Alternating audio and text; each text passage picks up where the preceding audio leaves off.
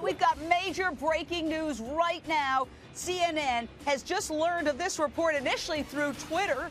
The stepmom has just been arrested. This boy's stepmom has just been arrested. She was picked up on a probation violation on a weapons charge. Authorities say it's unrelated to this particular case, but HLN law enforcement analyst Mike Brooks weigh in on this.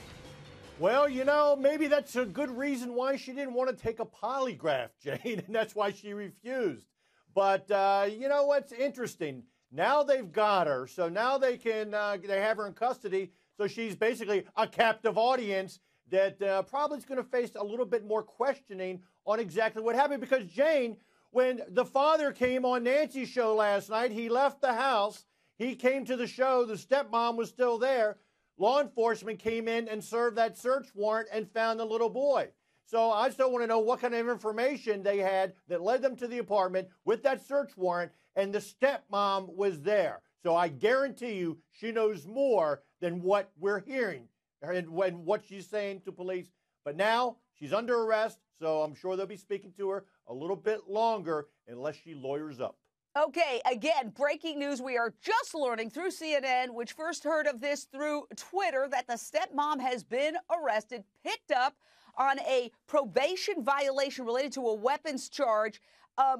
Dr. Judy Ho, forensic psychologist, what we know is that the little boy walked into the night, not last Saturday, but the Saturday night before, and the reports were that he hadn't done his chores. And the dad says, well, the mom didn't argue with him, but just said, okay, which I find a little odd. How do you let a 12-year-old march out into the night, especially if he hasn't done his chores?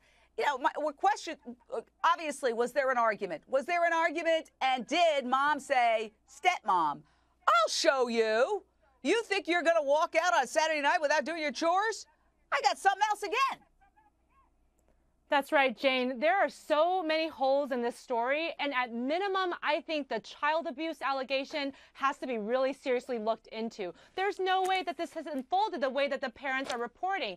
And I want to address the polygraph results as well. I know the father took a polygraph, and it was inconclusive. Now, polygraph tests are not really all the way accurate. There's a lot of misconceptions about how accurate they are, but usually they're used to scare people who are telling lies to basically be afraid and start telling the truth. But as far as the scientific knowledge about polygraphs, you know, that's very inconclusive in itself. Now, when you get an inconclusive test, what that means is that you responded to all the questions on the test in the same way. Whether they were questions like, what day is today? It's Thursday, to questions like, do you know what happened to your son? This person basically responded in the same exact way. He wasn't more nervous or less nervous on any of these questions. Now, that is a very questionable finding, too. Why was the test inconclusive? Why didn't he have more of an emotional differentiation when they were talking about his son?